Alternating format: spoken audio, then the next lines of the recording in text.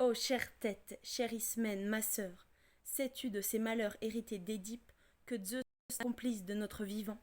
Rien, ni douleur, ni malédiction, ni honte, ni que je ne vois au nombre de tes mots et des miens. Et quel est maintenant cet édit que vient de proclamer au peuple? En as-tu entendu parler? Ignores-tu de quel malheur la haine menace nos aimés? Je ne sais aucune rumeur sur nos aimés, Antigone, ni en bien ni en mal, depuis que nous avons toutes deux perdu nos deux frères, en un seul jour par leur double coup mortel. Depuis que l'armée d'Argos est partie cette nuit même, je ne sais rien de plus qui puisse me réjouir ni m'affliger. Je le savais bien, c'est pourquoi je t'ai fait venir hors du palais, que tu sois seul à m'entendre. Qu'y a-t-il? Quelque histoire t'assombrit, je le vois. Est-ce que Créon n'accorde pas l'honneur d'une tombe à l'un de nos frères alors qu'il en prive l'autre? On dit qu'il a fait enterrer selon le rite, afin qu'il soit honoré chez les morts Éthéocle, qui mourut noblement pour la ville et pour le droit, mais on dit qu'il a fait défendre aux citoyens d'ensevelir le corps du misérable Polynice dans une tombe et de pleurer sur lui, pour que, laissé sans deuil ni sépulture il soit, l'aubaine des rapaces leur douce proie. Voilà, paraît-il, ce que le noble Créon nous ordonne. À toi et à moi, je dis bien et à moi. Voilà ce qu'il doit venir préciser ici, à ceux qui ne le savent pas encore.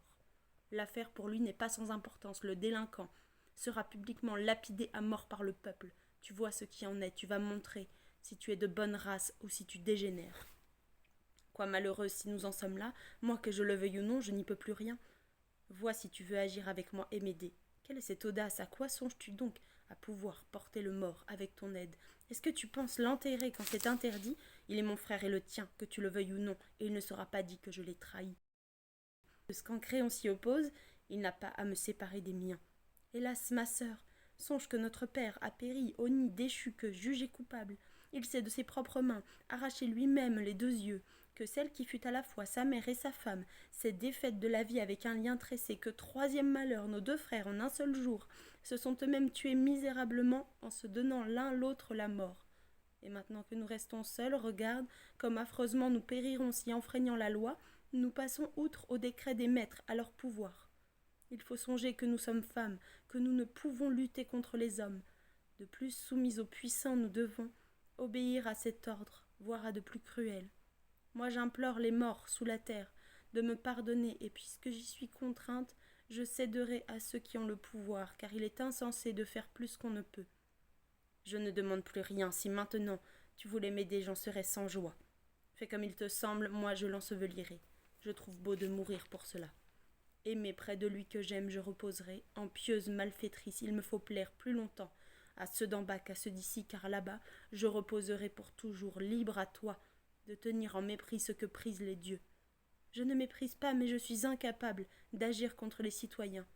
Prends donc ce prétexte, moi je vais amonceler un tertre sur mon frère chéri.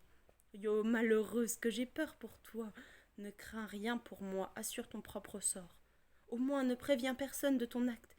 Cache-en le secret, je ferai de même. Yo, mais crie-le, comme je te détesterai de te taire si tu ne le proclames pas à tous. Tu t'échauffes le cœur sur une chose froide. Je sais qu'ainsi je plais à qui je le dois le plus.